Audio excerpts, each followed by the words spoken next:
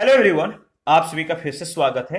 ये NCERT history का सार संग्रह है और इसमें जो है क्लास 6 to 12 तक के हिस्ट्री को अच्छे से कवर किया गया है। आज का टॉपिक है मुगल साम्राज्य का सुदृढ़ीकरण, अध्याय 28। सबसे पहले विषय विस्तार के बारे में डिस्कस करेंगे, यानी इस टॉपिक अंतर्गत किस किस पॉइंट को डील करेंगे। तो अकबर का शासन, अकबर, बैरम खां की संरक्षता का समय, साम्राज्य का प्रारंभिक विस्तार, प्रशासन, मनसबरी पद्धति और सेना के बारे में, अकबर के नवरत्न के बारे में, स्थानीय सरकार का संगठन, राजपूतों से संबंध, जहांगीर, शाहजहां, औरंगजेब, सिख, पुर्तगाली और अंग्रेजी के बारे में जो है हम लोग डिस्कस करेंगे। अंग्रेजी यानी अंग्रेजों से। देखिए, अकबर का जो शासन है 1556 से 1605 ईस्वी के बीच है। मैप को एक बार देखिए, एनालिसिस कीजिए कि अकबर का जो विस्तार है किस तरह से जो है इसका क्षेत्र विस्तारित है। याद रखिएगा, दक्षिण विजय के बाद ही अकबर जो है इसने सम्राट की पदवी जो है धारण की थी, दक्षिण विजय के बाद। और अकबर के शासन काल में दक्कन में हल की संख्या पद्धति भू राजस्व वसूली का प्रचलित आधार था। सबसे पहले अकबर के बारे में डिस्कस करेंगे।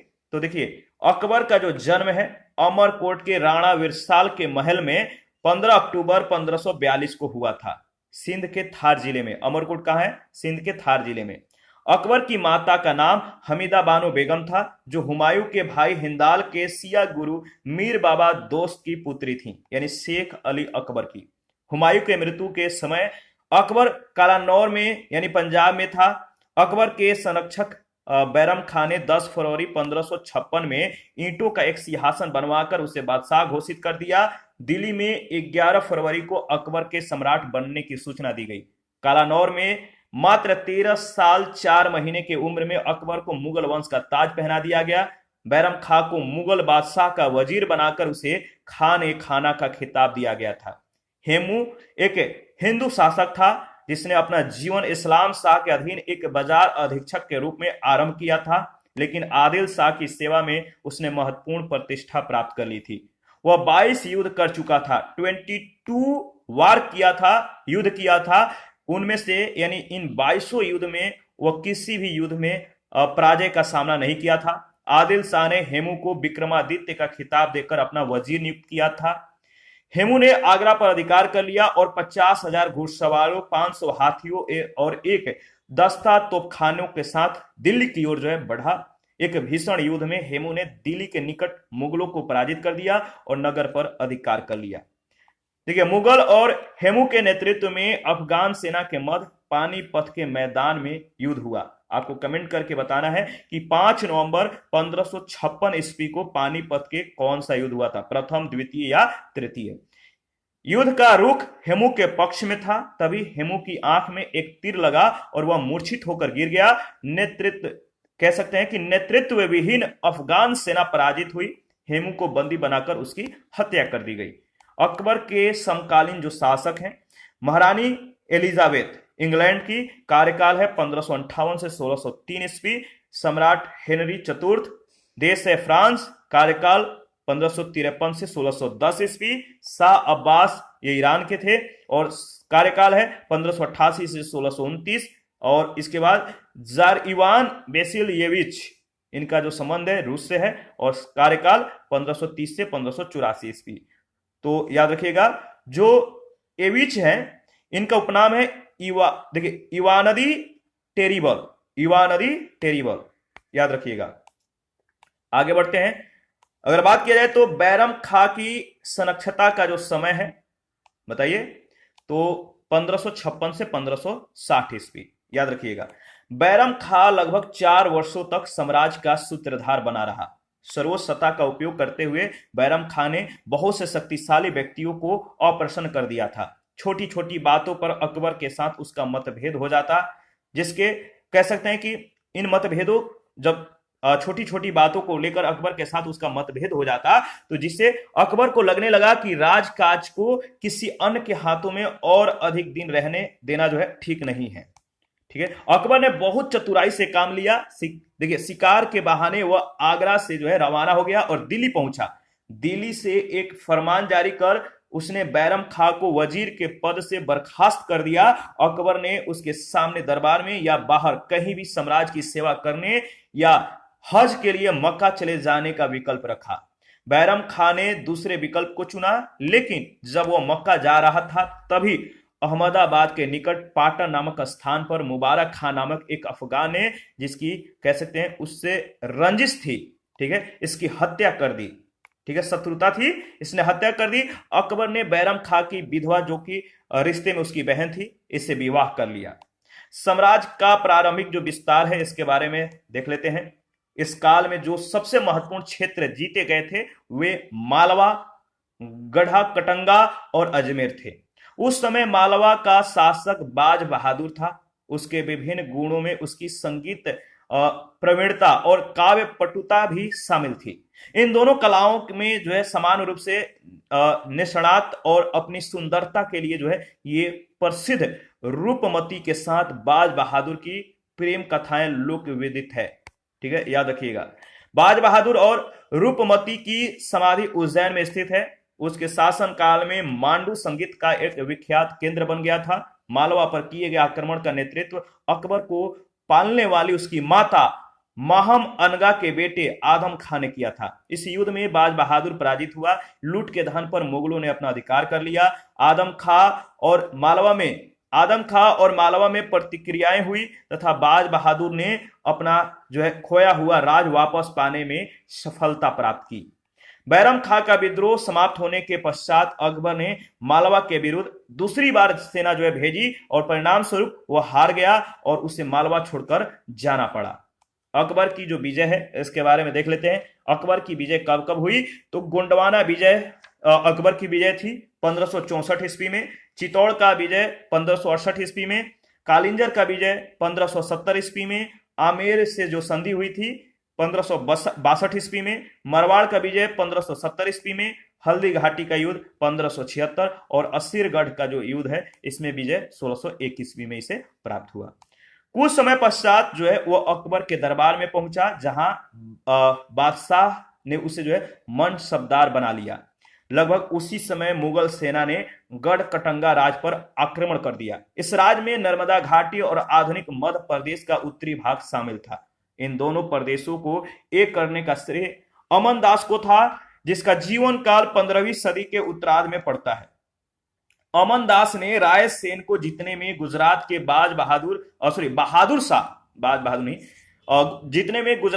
बहादुर शाह की मदद की थी, जिसने उसे संग्राम शाह का जो है खिताब दिया था। किसका? संग्राम शाह का। गढ़ कटंगा राज में गोंड और राजपूत सरदारों के अनेक छोटे छोटे क्षेत्र जो है शामिल थे। संग्राम शाह ने महोबा के प्रसिद्ध चंदेल राजघरानों की एक राजकुमारी से अपने एक पुत्र का जो है विवाह करके अपनी स्थिति को सुदृढ़ कर लिया। उसकी पत्नी इतिहास प्रसिद्ध रानी दुर्गावती थी, जो धनुष, बाण और बंदूक दोनों को चलाने में ये निपुण थी। देखिए, उसने पड़ोसी राज्यों से कई सफल युद्ध किए थे। इन पड़ोसियों में एक बाज बहादुर भी था। रानी की बेशुमार दौलत और अतुलित सौंदर्य की कहानियां सुनकर इलाहाबाद के सूबेदार आसफ खां का लोभ जाग उठा। इसके बाद वह बुंदेलखंड की ओर 10,000 घुड़सवारों को लेकर बढ़ चला। रानी दुर्गावती ने आसफ खां की सेना से जो है संघर्ष किया। घायल हो जाने के बाद भी वह बहादुरी से लड़ती रही। परिणाम स्वरूप क्या हुआ? उसने स्वयं ही छुरा घोंपकर अपने प्राण त्याग कर दिए।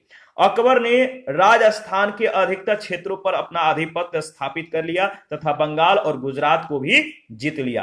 राजपूत राज्यों की विजय के दौरान उसका एक महत्वपूर्ण कदम चित्तौड़ पर किया गया आक्रमण था। 6 महीनों की घेराबंदी के 6 महीनों की, याद रखिएगा, घेराबंदी के बाद जो है चित्तौड़ पराजित हो गया। कब? 1568 ईस्वी में। अपने सरदारों के सुझाव पर किले को प्रसिद्ध योद्धा जयमल और फतेह के जी में छोड़कर राणा उदय सिंह पहाड़ियों में जा बैठा था। जब मुगलों ने किलों में प्रवेश किया तो बड़ी संख्या में किसानों और राजपूत योद्धाओं की हत्या कर दी गई। जयमल और फतेह ने बड़ी बहादुरी के साथ मुगलों का सामना किया। अंततः वे पराजित हुए और वीरगति को ये प्राप्त हुए। सुरवीर जयमल और फतेह के सम्मान में अकबर ने आगरे के किले के मुख्य द्वार पर हाथी पर सवार इन दोनों की पत्थर की मूर्तियां स्थापित करने का आदेश दिया। चित्तौड़ के पतन के बाद रणथंभौर को जीता गया, जो राजस्थान के सबसे शक्तिशाली दुर्ग के रूप में यह प्रसिद्ध था। 1572 ईस्वी में अकबर ने अजमेर के रास्ते अहमदाबाद पर चढ़ाई की। अहमदाबाद ने बिना युद्ध किए आत्मसमर्पण कर दिया और इसी विजय के याद में ही फतेहपुर सीकरी में बुलंद दरवाजा का निर्माण करवाया गया था। तो याद रखिएगा, बुलंद दरवाजा का निर्माण किस लिए करवाया गया था? तो किसकी याद में? तो अहमदाबाद जो है ये बिना युद्ध किए आत्मसमर्पण कर दिया, तो इसी विजय की याद में ही फतेहपुर सीकरी में बुलंद दरवाजा का निर्माण हुआ। कैम्बे में अकबर ने कह सकते हैं कि जो कैम्बे है, कैम्बे में अकबर ने सर्वप्रथम समुद्र रेखा और एक नाव पर सवार होकर जो है उसकी लहरों का आनंद लिया। पुर्तगाली व्यापारियों की एक मंडली ने भी वहां आकर पहली बार उससे मुलाकात की। इस समय तक जो है पुर्तगालियों ने भारतीय समुद्रों पर अपना वर्चस्व स्थापित कर लिया था और वे भारत में एक साम्राज्य की स्थापना की योजना बना रहे थे। अगर प्रशासन के बारे में देखें तो गुजरात विजय के समय अकबर को साम्राज्य की प्रशासनिक समस्याओं की ओर ध्यान देने का अवसर मिला। गुजरात से लौटते वक्त यानी 1573 ईस्वी के बाद अकबर ने गुजरात से लौटने के बाद जो है 1573 ईस्वी के बाद अकबर ने भू राजस्व व्यवस्था की ओर व्यक्तिगत रूप से ध्यान देना आरंभ किया। संपूर्ण उत्तर भारत में करोड़ी नाम से जाने जाने वाले अमले जो है भर्ती किए गए। उनमें से प्रत्येक को 1 करोड़ दाम यानी 2,50,000 रुपए वसूल करने की जिम्मेदारी सौंपी गई। ठीक है, तो याद रखिएगा। देखिए, अकबर ने एक नई प्रणाली को शुरू किया था जिसे दहसाला कहते थे। कब किया था? 1580 ईस्वी में। और इस प्रणाली के अंतर्गत पिछले 10 यानी 10 कह सकते हैं 10 या 10 साल के दौरान अलग अलग फसलों की औसत उपजों और उनकी औसत कीमतों का हिसाब लगाया गया। औसत उपज का 1/3 भाग जो है राज्य का हिस्सा तय किया गया, लेकिन राजस्व की मांग नगद की शक्ल में सामने रखी गई। आगे बढ़ते हैं। यह काम पिछले 10 सालों की औसत कीमतों की अनुसूची के आधार पर उपज में राज्य के हिस्से को जो है नगद में तब्दील करके किया गया। राज्य के हिस्सों में पड़ने वाली 1 बीघा जमीन की उपज मन में बताई गई, लेकिन औसत कीमतों के आधार पर राज्य का हिस्सा प्रति बीघा रुपयों में तय किया गया। किसान को न केवल स्थानीय उपज के आधार पर बल्कि स्थानीय मूल्यों के आधार पर राजस्व जो है अदा करना पड़ता था। इस प्रणाली के कई लाभ भी थे। जिस समय लोहे की कड़ियों से जुड़े बांसों से बोए गए रकबे को नापा जाता था, उसी समय किसानों और राज्य दोनों को मालूम हो जाता था कि राजस्व कितना होगा। ठीक है, यहां पर आप देख सकते हैं शासक और वजीर और वकील। तो देखिए, बाबर के जो वकील और वजीर थे, नाम है मेहदी ख्वाजा। हुमायूं के निजामुद्दीन अहमद व हिंदू बेग था। अकबर के वजीर और वकील, वजीर का जो नाम था बैरम खां था और सबसे ज्यादा शक्तिशाली था। जहांगीर के समय जो यह पद था वो खाली था। शाहजहां के समय यह पद समाप्त हो गया। यदि याद रखिएगा, यदि सूखे, बाढ़ आदि के कारण फसलें नष्ट हो जाती थी तो किसान को भू राजस्व में छूट दी जाती थी। पैमाइश की इस प्रणाली और इस पर आधारित राजस्व निर्धारण को जब्ती कहा जाता था। 10 साला प्रणाली जब्ती प्रणाली का और भी सुधरा रूप था। सबसे सामान्य और संभवतः सबसे पुरानी प्रणाली का नाम बटाई या गल्ला बख्शी था। बटाई या गल्ला बख्शी।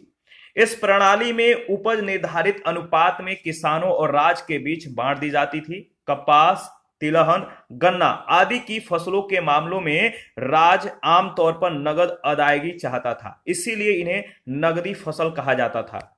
अकबर के अधीन व्यापक रूप से प्रचलित एक तीसरी प्रणाली का नाम नसक था। क्या था? नसक। भू राजस्व तय करने में कृषि भूमि की उर्वरता का ध्यान रखा जाता था। जिस भूमि पर लगभग प्रत्येक वर्ष खेती की जाती थी उसे पोलज कहा जाता था। जब उसमें खेती नहीं की जाती थी तो उसे परती कहते थे, और जब परती जमीन में खेती की जाती थी तब उस पर पूरा राजस्व पोलज देना पड़ता था। वैसी जमीन जो लगातार 2-3 साल पड़ती रहती थी उसे चाचर कहा जाता था, तथा इससे ज्यादा समय तक पड़ती रहने वाली भूमि को बंजर कहते थे। तो जो नियम है याद रखिएगा, यहां से प्रश्न कई बार पूछे गए हैं, इंपॉर्टेंट भी है। देखिए इसके बाद अगर बात करें तो इसके अतिरिक्त भूमि को उत्तम, मध्यम और निम्न कोटियों में विभाजित किया जाता था। राज का दावा 1/3 उपज पर होता था। माप तौल के पैमाने अकबर के सिंहासनारूढ़ होने से पूर्व उत्तर में नाप के लिए सिकंदरी गज प्रचलित था, 39 अंगुल या 32 इंच, किंतु अकबर के काल में उसका स्थान इलाही गज यानी 41 अंगुल या 33 अंक जो है इंच ने ले लिया था। तो याद रखिए इलाही गज ने ले लिया था। आईने 10 साल प्रणाली को दक्षिण भारत में शाहजहां के शासनकाल में मुर्शिद कुली खां ने लागू किया था। 10 साल प्रणाली 10 साला बंदोबस्त नहीं थी और न वह अस्थाई बंदोबस्त थी। राज को उसमें परिवर्तन करने का अधिकार था। देखिए जब्ती प्रणाली का संबंध राजा टोडरमल से जोड़ा जाता है और यहां से प्रश्न पूछे गए तो याद रखिएगा जब्ती प्रणाली का जो संबंध है किससे जोड़ा जाता है, किससे माना जाता है, तो राजा टोडरमल से, और कभी कभी उसे टोडरमली व्यवस्था भी कहा जाता था।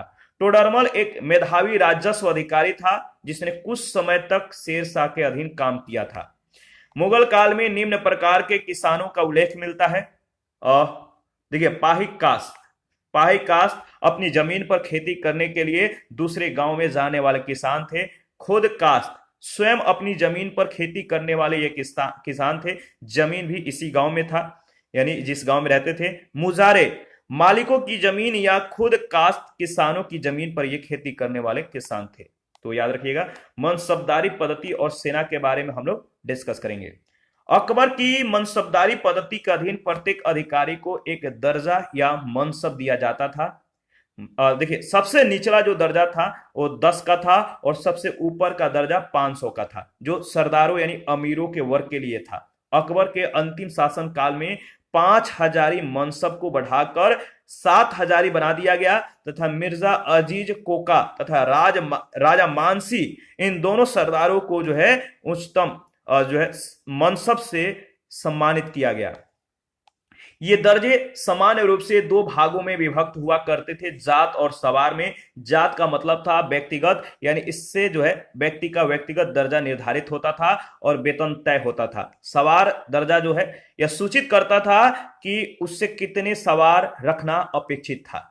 सिपाहियों की एक चेहरा या कह सकते हैं कि विवरण रखा जाता था, चेहरा के रूप में रखी जाती थी, विवरण डेटा रखा जाता था तथा उसके घोड़ों को शाही निशान से दाग दिया जाता था जिसे दाग प्रणाली कहते थे। क्या? दाग प्रणाली। ठीक है, मनसबदारी प्रथा का मूल चंगेज खां की व्यवस्था में देखा जा सकता है। जो मनसबदारी प्रथा का मूल है किस में देखा जा सकता है? तो चंगेज खां की व्यवस्था में देखा जा सकता है, जिसने अपनी सेना का संगठन दशमलव प्रणाली के आधार पर किया था। अकबर ने इसका आरंभ अपने शासनकाल के 19वें वर्ष यानी 1577 ईस्वी में उस समय किया था जब उसने अपनी भू राजस्व, याद रखिए, जब उसने अपनी भू राजस्व व्यवस्था में सुधार किया तथा जात और सवार नामक प्रणालियां शुरू की। 500 जात से नीचे के दर्जे वाले लोग मनसबदार, 500 से लेकर 2500 तक की जात वाले लोग अमीर और 2500 से ऊपर की जात वाले लोग अमीर उम्दा या उम्दा ए आजम कहलाते थे। ठीक है, देखिए अकबर के जो अकबर के नौरत्न थे इनके बारे में देख लेते हैं। पहला नाम आता है बिरबल का, इसके बाद अबुल फजल, ये अकबर के नौरत्नों में शामिल थे। कौन कौन? तो बिरबल, अबुल फजल, याद रखिएगा अकबर, अबुल फजल, तानसेन, इसके बाद अब्दुल रहीम खान ए खाना, मानसी, राजा टोडरमल, फैजी, हकीम हुमाम और मुल्ला दो प्याजा। मुल्ला दो प्याजा आपको ध्यान में रखना है, बहुत ज्यादा इंपॉर्टेंट है। देखिए आगे बढ़ते हैं। इसके बाद अगर बात करें तो बीरबल, नवरत्नों में सबसे बुद्धिमान बीरबल को ही माना जाता था। इनका जन्म जो है, बीरबल का जन्म 1528 ईस्वी में कालपी के एक ब्राह्मण परिवार में हुआ था और इनके बचपन का नाम महेश दास था, याद रखिएगा। अबुल फजल ये सूफी शेख मुबारक के पुत्र थे जिनका जन्म 1550 ईस्वी में अकबरनामा व आईन अकबरी जैसे ग्रंथों की रचना करके वे प्रसिद्ध हो गए थे। तानसेन, मिर्जा तानसेन का जन्म ग्वालियर में हुआ था। ये संगीत कला में अत्यधिक निपुण थे। तानसेन को संगीत सम्राट भी कहा जाता है। अकबर ने इन्हें जो है कंठ भरणवाड़ी विलास की जो है उपाधि से सम्मानित किया। अब्दुल रहीम खान ए खाना ये बैरम खां के पुत्र थे। इन्होंने तुर्की में लिखे बाबरनामा का फारसी में अनुवाद किया था। इन्हें खान ए खाना की उपाधि से सम्मानित किया गया। मानसी ये आमेर के राजा भारमल के पौत्र तथा भगवान दास के पुत्र थे। इन्होंने अकबर के साम्राज्य विस्तार में महत्वपूर्ण भूमिका को निभाया था और इनकी मृत्यु 1611 ईस्वी में हुई थी। राजा तोडरमल, इनका जन्म अवध के जिला सीतापुर के लहरपुर तहसील में हुआ था। कहां पर? लहरपुर तहसील में। इनकी प्रसिद्धि का मुख्य कारण इनके द्वारा किए गए भूमि सुधार थे। दीवान और अशरफ के पद पर रहकर इन्होंने भूमि सुधार की सफल योजना जो है चलाई थी। इसके बाद फैजी, ये अबुल फजल के बड़े भाई थे। इन्होंने महाभारत और श्रीमद् भगवद गीता का फारसी में अनुवाद और अकबरनामा नामक ग्रंथ की भी इन्होंने रचना की थी। इसके बाद है हकीम हुमाम, ये अकबर के विश्वास पात्र मित्र थे। अकबर ने प्रसन्न होकर इन्हें जो है अपने नवरत्नों में शामिल किया था। मूला दो प्याजा, अपनी बुद्धिमानी और वाक्पटुता के कारण ये नवरत्नों में शामिल किए गए थे। इनको खाने में दो प्याजा व्यंजक जो है अत्यधिक पसंद होने के कारण इनका नाम अकबर ने मूला दो प्याजा कर दिया। देखिए, मनसबदार से आशा की जाती थी कि अपने वेतन में से वह जो है निर्धारित संख्या में रखे जाने वाले घोड़े, हाथियों और भारवाही पशुओं जैसे ऊंट, खच्चर, गाड़ियां आदि पर होने वाले व्यय भी क्या करे? पूरा करे। 5000 मनसबदार को जो है 340 घोड़े, 100 हाथी, 400 ऊंट, 100 खच्चर और 160 गाड़ियां जो है रखनी पड़ती थी।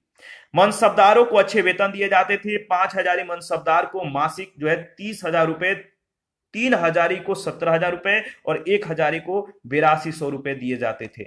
याद रखिएगा, इंपॉर्टेंट है। इसके बाद स्थानीय सरकार का जो संगठन है इसके बारे में डिस्कस कर लेते हैं। स्थानीय शासन के संगठन में अकबर ने कोई परिवर्तन नहीं किया। परगने और सरकारें पूर्ववत जो है अस्थायी रही, पहले के जैसे अस्थायी रही। सरकार के मुख्य अधिकारी फौजदार और अमलगुजार होते थे। फौजदार शांति व्यवस्था के लिए जिम्मेदार होता था तथा अमलगुजार का काम भू राजस्व निर्धारित करना और उसे वसूल करना होता था। साम्राज्य के प्रदेश जागीर, खालिसा और इनाम में विभाजित थे। खालिसा गांवों की आय सीधे शाही खजानों में जाती थी। इनाम भूमि वह होती थी जो विद्वानों और धर्म तत्वज्ञों यानी जो धर्म ज्ञाता थे इनको आवंटित की जाती थी। ठीक है। अमलगुजारों से जो है सामान्य तौर पर सभी प्रकार की जोतों पर निगरानी रखने की आशा की जाती थी। उसकी केंद्रीय शासन प्रणाली दिल्ली सल्तनत के काल में विकसित शासन संरचना पर आधारित थी। सैनिक विभाग का प्रधान जो होता था वो मीर बख्शी कहलाता था। सरदारों के संगठन का प्रधान दीवान नहीं बल्कि मीर बख्शी माना जाता था। याद रखिएगा, साम्राज्य की खुफिया और सूचना एजेंसियों का प्रधान मीर बख्शी होता था। खुफिया अधिकारी जिन्हें बरीद कहा जाता था और सूचना अधिकारी जिसे वाकिया नवीस कहा जाता था, ये दोनों साम्राज्य के सभी हिस्सों में तैनात किए जाते थे। दीवान और मीर बख्शी लगभग एक दूसरे के समकक्ष होते थे और एक दूसरे पर अंकुश रखने का काम करते थे। पदाधिकारियां मीर सामा सम्राट की गृहस्थी का प्रबंध करने वाला प्रधान अधिकारी होता था। यह हरम की जरूरतों की सभी सामग्रियों को इकट्ठा करता और उसकी व्यवस्था करता था। अत्यधिक वस्तुएं सामान शाही कार्यशालाओं की देख रेख में बनाई जाती थी जिन्हें कारखाना कहते थे। क्या? कारखाना। राज दरबार में शिष्टाचार का पालन, शाही अंगरक्षकों का नियंत्रण आदि इसी अधिकारी की देखरेख में हुआ करता था। न्याय विभाग का प्रधान आला काजी होता था। यह दीवानी और फौजदारी दोनों तरह के मुकदमे सुनता था। इसकी सहायता के लिए जो है मुफ्ती होता था। 1580 ईस्वी में अकबर ने अपने साम्राज्य को 12 सूबों में बांट दिया। ये 12 जो सूबे थे, बंगाल था, बिहार था, इलाहाबाद, अवध, आगरा, दिल्ली, लाहौर, मुल्तान, काबुल, अजमेर, मालवा और गुजरात था। तो 12 सूबों में इसने अपने साम्राज्य को बांट दिया। बंगाल, बिहार, इलाहाबाद, अवध, आगरा, दिल्ली, लाहौर, मुल्तान, काबुल, अजमेर, मालवा और गुजरात में, और प्रत्येक सूबे में एक एक सूबेदार, दीवान, बख्शी, ठीक है, सदर काजी और वाकिया नवीस नियुक्त कर दिया गया। इन्हें अपॉइंट कर दिया गया। राजपूतों से संबंध देख लेते हैं किस तरह से था। तो अकबर के सिंहासन पर बैठते ही आमेर का कछवाहा वंशीय शासक भारमल उसके दरबार में आया। कौन? भारमल। भारमल ने व्यक्तिगत रूप से अकबर से मिलकर उसके प्रति अपना सम्मान प्रकट किया और अपनी छोटी पुत्री जो है जिनका नाम हरखाबाई यानी जोधाबाई का जो है विवाह अकबर से करके जो है उसके साथ अपनी संधि को जो है सुदृढ़ किया। अकबर की राजपूत नीति के साथ उसकी धार्मिक सहिष्णुता की नीति का सुखद संयोग था। 1564 ईस्वी में उसने जजिया कर जो है समाप्त कर दिया।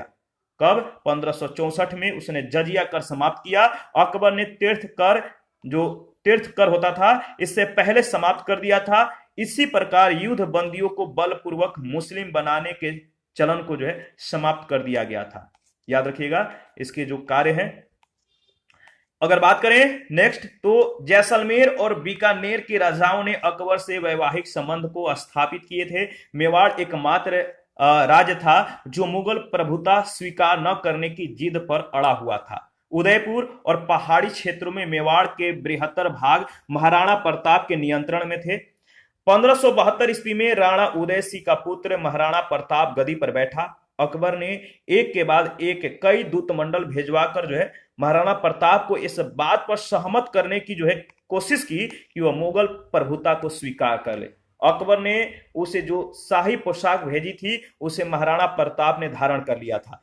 महाराणा प्रताप ने बेटे अमर सिंह को अकबर के प्रति व्यक्तिगत रूप से सम्मान व्यक्त करने और उसकी सेवा स्वीकार कर लेने के लिए भगवान दास के साथ दरबार में भेजा था। राणा प्रताप अकबर का यह आग्रह स्वीकार करने को तैयार नहीं था कि वह व्यक्तिगत रूप से उपस्थित होकर शाहशाह के प्रति सम्मान प्रदर्शित करे। 1576 ईस्वी के आरंभ में अकबर अजमेर पहुंचा और मानसी को 500 की एक सेना लेकर जो है राणा प्रताप पर आक्रमण करने का दायित्व सौंपा। राणा की तत्कालीन राजधानी कुंभलगढ़ तक जाने वाले रास्ते पर पड़ने वाली तंग घाटी में, जो कि हल्दी घाटी के नाम से जानी जाती थी, दोनों पक्षों के भी बीच जो है भीषण युद्ध हुआ।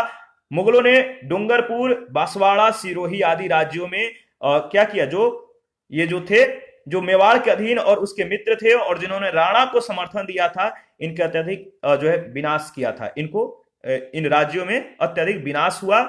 अकबर ने इन राज्यों को जीतकर इनके साथ अलग से संधियां की, जिससे राणा प्रताप और भी जो है अकेला पड़ गया। देखिए, मुगलों ने कुंभलगढ़ और उदयपुर दोनों पर अधिकार कर लिया। 1585 ईस्वी में अकबर ने उत्तर पश्चिम की भयानक परिस्थितियों पर निगरानी रखने के लिए पंजाब में डेरा डाल दिया और अगले 12 वर्षों तक वह वही रहा। राणा प्रताप के विरुद्ध कोई मुगल सेना नहीं भेजी गई। राणा प्रताप ने अपने अनेक प्रदेशों पर पुनः अधिकार कर लिया, जिनमें कुंभलगढ़ और चित्तौड़ के आसपास के क्षेत्र सम्मिलित थे। इस काल में राणा प्रताप ने आधुनिक डूंगरपुर के निकट चावंड में एक नई राजधानी बसाई। 1597 ईस्वी में मात्र 51 वर्ष की आयु में जो है राणा प्रताप की जो है मृत्यु हो गई। ठीक है, तो 51 ईयर्स में। अकबर की राजपूत नीति मुगल साम्राज्य और राजपूत दोनों के लिए लाभदायक सिद्ध हुई। याद रखिएगा, जो अकबर की राजपूत नीति थी मुगल साम्राज्य और राजपूत दोनों के लिए लाभदायक सिद्ध हुआ। राजपूतों से मित्रता के फलस्वरूप मुगल साम्राज्य को भारत के सबसे दुर्धर्ष योद्धाओं की सेवा जो है प्राप्त हुई। साम्राज्य को सुदृढ़ बनाना और उसका विस्तार करने में राजपूतों की अविचल निष्ठा का महत्वपूर्ण योगदान था। एकीकरण की ओर अगर बात करें तो अकबर ने जो प्रारंभिक सुधार किए थे उनमें से एक यह था कि उसने मुस्लिम राज में गैर मुसलमानों पर लगाए जाने वाले जजिया नामक व्यक्तिगत कर को समाप्त कर दिया। अकबर ने प्रयाग, बनारस आदि पवित्र स्थलों पर जाने वाले लोगों पर लगाए जाने वाले तीर्थ कर समाप्त कर दिया। इसके अतिरिक्त अकबर ने सुयोग्य हिंदुओं को सरदारों के वर्ग में स्थान देकर साम्राज्य के उदार सिद्धांतों को सुदृढ़ किया और आरंभ से ही अकबर की धर्म और दर्शन में जो है गहरी रुचि थी।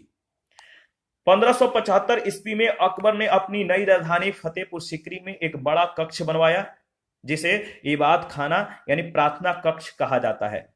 इबादत खानों में वह धर्मतत्वज्ञों यानी धर्म ज्ञाता, रहस्यवादियों और अपने दरबार के जाने माने विद्वानों और बौद्धिक जनों की गोष्ठियां जो है आयोजित करता था। अकबर ने इबादत खानों के द्वारा सभी के लिए खोल दिए। जो इबादत खाने के द्वार हैं, इबादत खान के द्वार सभी के लिए खोल दिए। इबादत खाना न केवल ईसाइयों, जरथु स्त्रियों, हिंदुओं और जैनों के लिए बल्कि नास्तिकों के लिए भी खोल दिया गया। तो इबादत खाना के जो द्वार थे, जो प्रार्थना कक्ष था, इनको खोल दिया गया सभी के लिए। 1500 जो है 79 से 1580 ईस्वी में पूर्व में एक विद्रोह भड़क उठा। काजियों ने कई फतवे जारी करके अकबर को काफिर बेधर्मी करार दे दिया।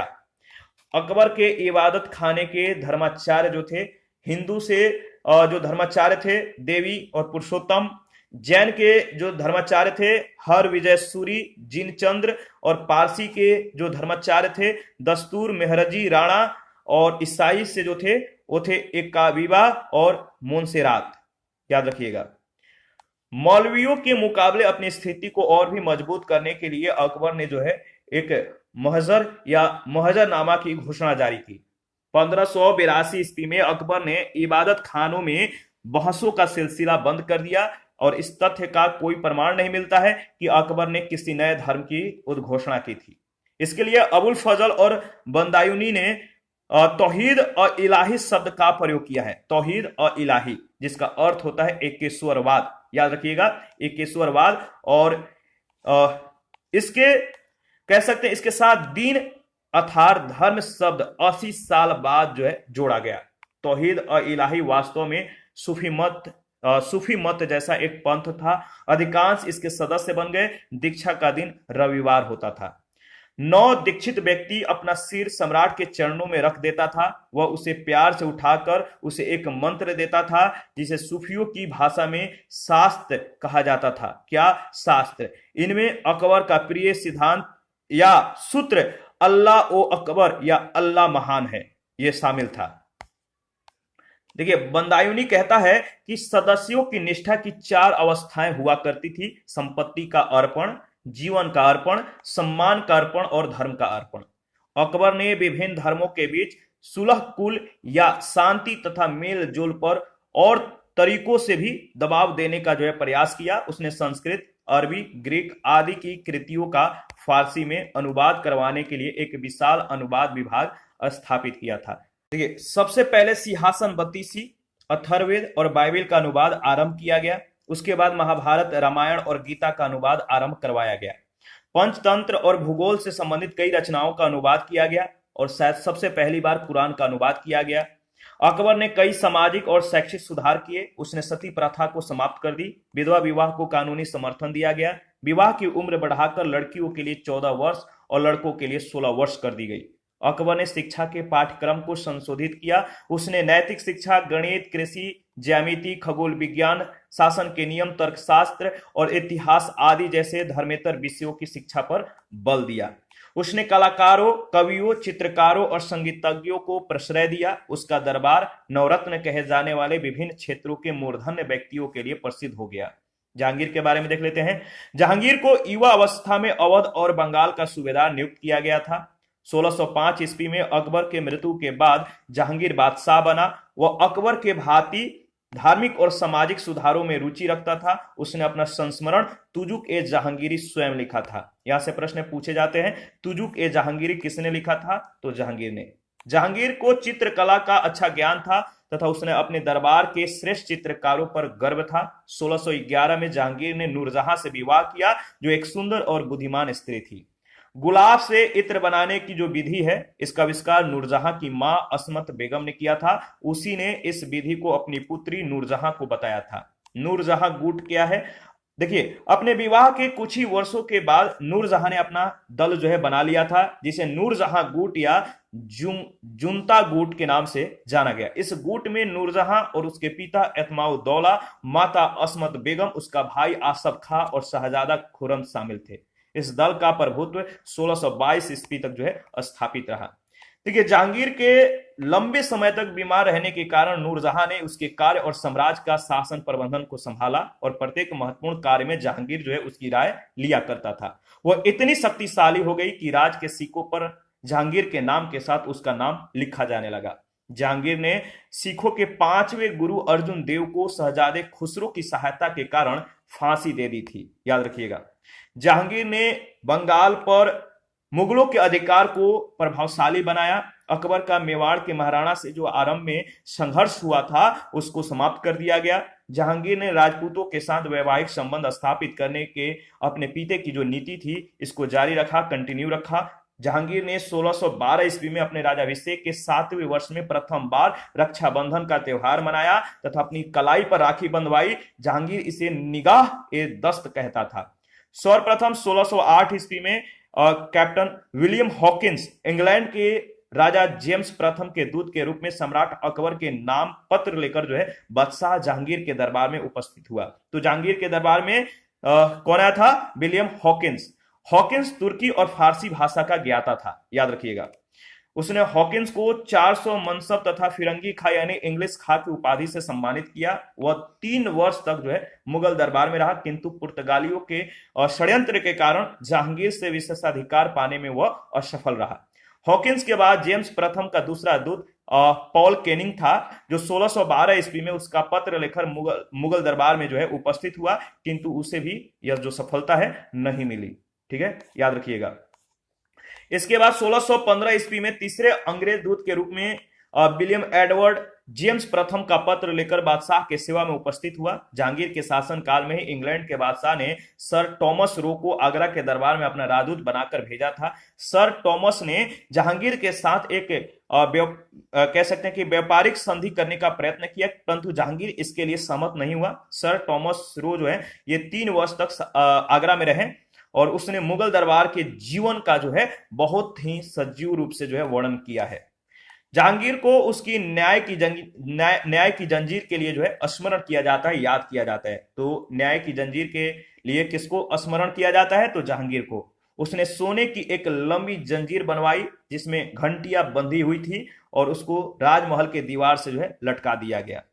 उसने यह घोषणा की, यदि किसी के साथ सरकार ने अन्यायपूर्ण व्यवहार किया है तो वह इस जंजीर को खींचकर सरकारी अधिकारी के विरुद्ध अपनी फरियाद सुना सकता है।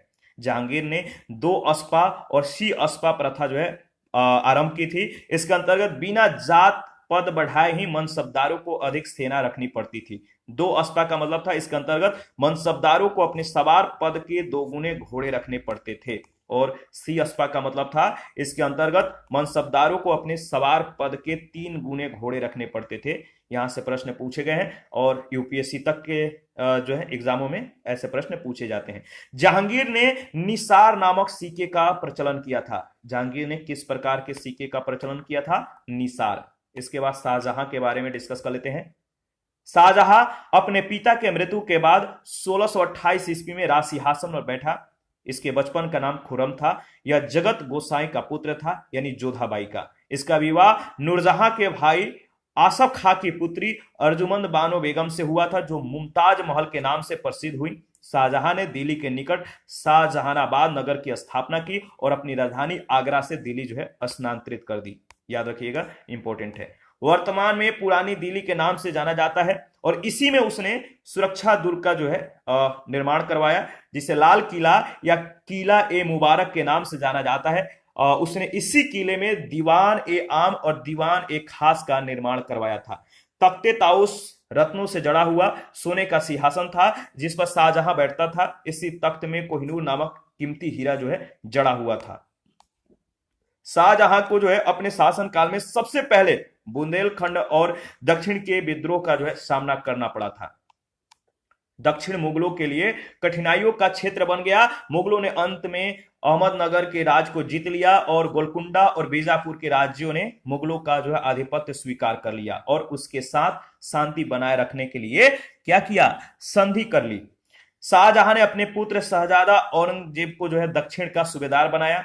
दक्षिण की समस्याओं को हल कर लेने के बाद शाहजहां का जो ध्यान है उत्तर पश्चिम की ओर आकर्षित हुआ। उसने उत्तर पश्चिम सीमा को जो है सुरक्षित करने के लिए मध्य एशिया के बल्ख और बदखसा में अपनी सेनाएं जो है भेजी। शाहजहां ने ईरान के बादशाह से कंधार को पुनः जीत लिया था, परंतु वह सफल नहीं हुआ और इसके पश्चात शाहजहां ने पुनः 3 बार कंधार पर जो है अधिकार करने का प्रयत्न किया, परंतु वह जो है इसमें भी असफल रहा। पुर्तगाली लोग हुगली को केंद्र बनाकर जो है बंगाल के खाड़ी में समुद्री डकैती करते थे। ठीक है, मुगल सेनाओं ने उनको हुगली से बाहर निकाल दिया। 1657 में जो है शाहजहां बीमार पड़ा और उसके चारों पुत्र सिंहासन प्राप्त करने के लिए परस्पर युद्ध करने लगे। इस युद्ध में औरंगजेब विजयी हुआ। उसने अपने पिता को आगरा के किले में कैद कर दिया और इस किले से शाहजहां ताजमहल को देख सकता था तथा अपनी पत्नी मुमताज महल को याद कर सकता था। तो याद रखिएगा। आगे बढ़ते हैं। ठीक है, शाहजहां ने आगरा में मोती मस्जिद और दिल्ली में जामा मस्जिद का निर्माण करवाया था। ठीक है, 1666 में उसकी मृत्यु हो गई। शाहजहां को ताजमहल में उसकी पत्नी के कब्र के पास दफना दिया गया। शाहजहां के शासनकाल को द्वितीय स्वर्ण काल कहा जाता है। तो शाहजहां के जो शासनकाल है इसको द्वितीय स्वर्ण काल कहा जाता है, याद रखना है, इंपॉर्टेंट है। ठीक है, देखिए शाहजहां के पुत्र दारा सिको, शाह शुजा और औरंगजेब व मुराद थे। शाहजहां के जो पुत्र थे नाम क्या क्या था? दारा सिको, शाह शुजा, औरंगजेब और मुराद। दारा सिको एक विद्वान व्यक्ति था जिसने उपनिषदों का जो है फारसी में अनुवाद किया था। शाहजहां के बीमार होने पर उसके पुत्रों में उत्तराधिकार प्राप्त करने के लिए युद्ध शुरू हो गए थे। 1636 से 37 ईस्वी में शाहजहां ने सिजदा प्रथा को समाप्त कर उसके स्थान पर चहार तस्लीम की प्रथा जो है प्रारंभ की थी। किस प्रथा को? चहार तस्लीम। 1634 ईस्वी में शाहजहां ने यह आदेश दिया, यदि कोई हिंदू इस्लाम धर्म स्वीकार करता है तो उसे अपनी पैतृक संपत्ति में हिस्सा मिल जाएगा। और इसके अतिरिक्त उसने मुस्लिम लड़की के हिंदू पुरुष से विवाह पर प्रतिबंध लगा दिया। हिंदुओं पर तीर्थ यात्रा कर पुनः लगा दिया गया, किंतु काशी के कविंद्राचार्य की प्रार्थना पर काशी में उसे हटा दिया गया। खंभात के नागरिकों की प्रार्थना पर उसने गोवध को निषेध कर दिया। उसने अहमदाबाद के चिंतामणि मंदिर का जीर्णोद्धार करवाया था। ठीक है, तो देखिए उत्तराधिकार का जो युद्ध है इसके बारे में एक बार नजर डाल लेते हैं, इंपॉर्टेंट है। देखिए जो यहां पर आप देख सकते हैं जो स्थान बहादुरगढ़ है, यह समय है जनवरी 1658 का। शामिल जो पक्ष था वो था शाही सेना और शाह शुजा के मध्य, और पराजित कौन हुआ? तो पराजित पक्ष था शाह शुजा। दूसरा जो है धर्मत जो स्थान है, धर्मत में 1658 में जो शामिल पक्ष था शाही सेना, जसवंत सिंह, औरंगजेब व मुराद की संयुक्त सेना के मध्य जसवंत सिंह जो है इसमें पराजित हुआ। औरंगजेब और दारा के जो मध्य है और सामूगढ़ में युद्ध हुआ मई 1658 में, इसमें दारा जो है पराजित हुआ। औरंगजेब और शाह शुजा के मध्य जो युद्ध हुआ वो कहां पर हुआ? जो औरंगजेब और शाह शुजा के मध्य युद्ध हुआ था खजुआ में हुआ था 1659 में। शुजा जो है इसमें पराजित हुआ। और औरंगजेब दारा के मध्य में जो युद्ध हुआ था देवराई में हुआ था अप्रैल 1659 में, और इसमें दारा जो है क्या हुआ? पराजित हुआ। तो याद रखिएगा। ठीक है, दारा ने अपनी देख रेख में संस्कृत ग्रंथ जो है भगवत गीता और वशिष्ठ उपनिषद का फारसी में अनुवाद करवाया था।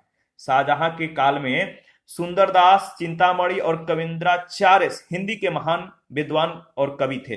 संस्कृति का एक महान कवि जगन्नाथ था जिसे शाहजहां ने क्या क्या किया था? इनको महाकवि राय की जो उपाधि प्रदान की थी। इसके बाद औरंगजेब के बारे में डिस्कस कर लेते हैं। औरंगजेब ने अपने सभी भाइयों को पराजित करके 1658 में सिंहासन पर अधिकार कर लिया। औरंगजेब आलमगीर के नाम से सिंहासन बैठा। उसने लगभग 50 वर्ष तक जो है शासन किया। उसका शासनकाल कठिनाइयों से परिपूर्ण था, यानी इसके शासनकाल में ज्यादा कठिनाई थी। सम्राट बनने के उपरांत औरंगजेब ने जनता के आर्थिक कष्टों के निवारण के लिए राहदारी यानी आंतरिक पारगमन शुल्क और पानदारी यानी व्यापारिक चुंगियों को समाप्त कर दिया। उसने उलेमा वर्ग के सलाह के अनुसार इस्लामी परंपरा के अनुसार शासन किया। उसने नौरोज उत्सव और झरोखा दर्शन को समाप्त कर दिया। उसने राज्य की गैर मुस्लिम जनता पर पुनः जजिया कर लगा दिया। औरंगजेब ने हिंदू त्योहारों को सार्वजनिक रूप से मनाए जाने पर प्रतिबंध लगा दिया। उसने राज्य में सार्वजनिक नृत्य और संगीत पर भी प्रतिबंध लगा दिया, और व्यक्तिगत जीवन में वह स्वयं एक कुशल वीणा वादक भी था।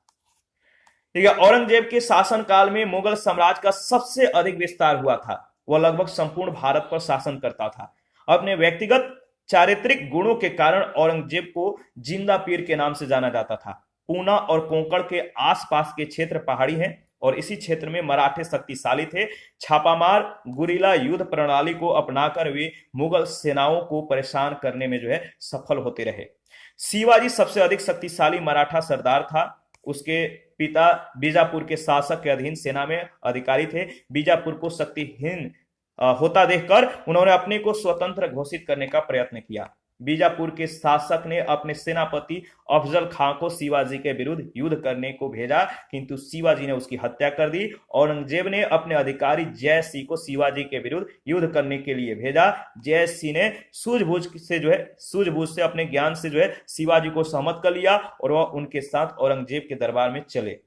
शिवाजी के स्वतंत्र व्यवहार से औरंगजेब असंतुष्ट हो गया तथा उसने शिवाजी को कैद कर लिया। शिवाजी चालाकी से कैद से बाहर निकल आए। उन्होंने स्वयं को मराठा राज का स्वतंत्र शासक घोषित कर दिया और सन 1674 में वह राज सिंहासन पर बैठे। 1680 में अपने मृत्यु के पूर्व वे 6 वर्षों तक वह शक्तिशाली मराठा राज स्थापित करने में सफल हुए। शिवाजी के उत्तराधिकारी अयोग्य शासक थे। इनमें से केवल रानी ताराबाई अपने छोटे पुत्र की, जो कि संरक्षिका थी, ये योग्य थी। औरंगजेब के मृत्यु के बाद मराठों ने अपने राज का कह सकते हैं तेजी से विस्तार किया। उनका राज भारत का सबसे शक्तिशाली राज बनकर उभरा। मुगल साम्राज्य में होने वाले जो अन्य विद्रोह थे, इसके बारे में डिस्कस कर लेते हैं। औरंगजेब के शासनकाल में मुगल साम्राज्य में अनेक विद्रोह हुए। मथुरा जिले में जाटों ने विद्रोह किया। बीजापुर और गोलकुंडा में भी अनेक विद्रोह हुए जो वर्षों तक चलते रहे।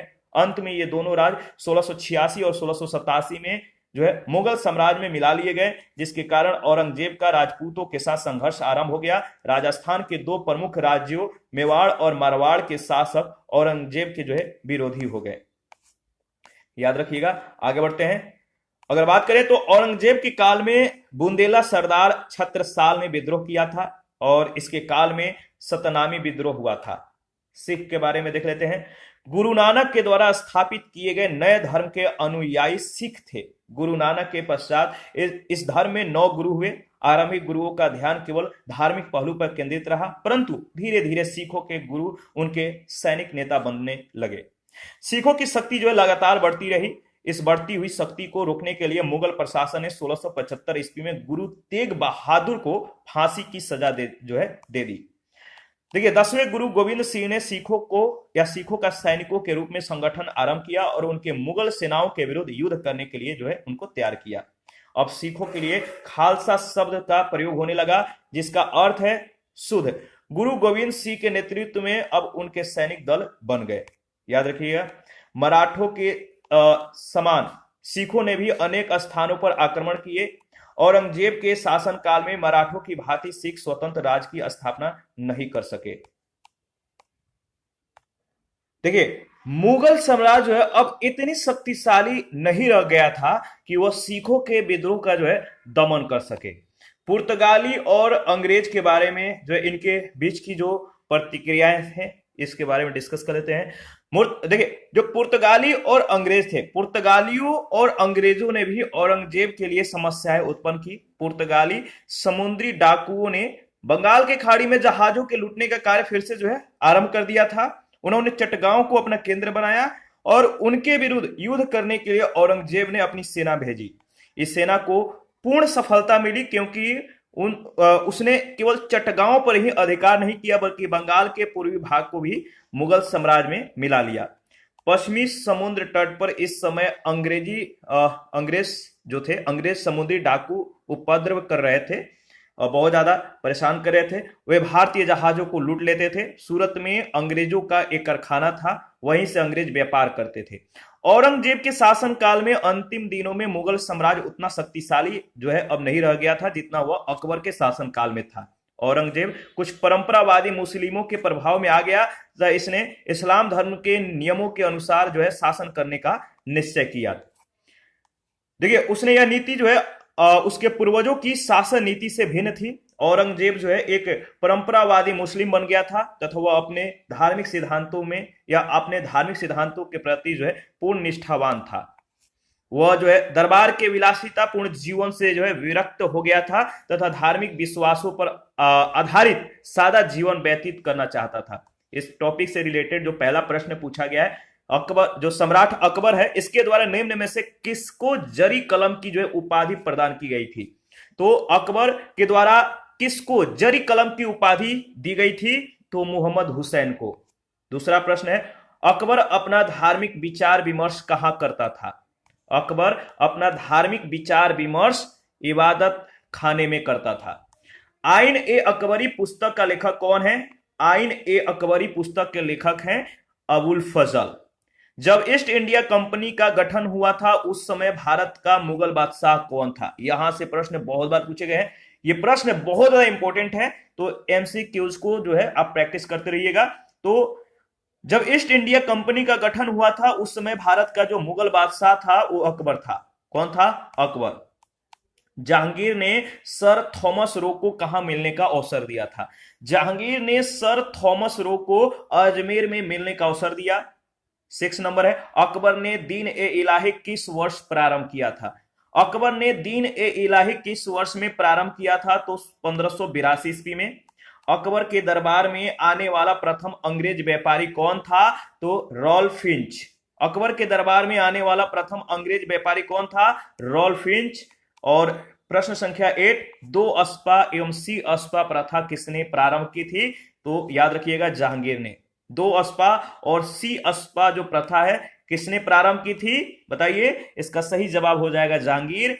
प्रश्न संख्या 9, किस मुगल शासक ने तंबाकू के प्रयोग का निषेध किया था?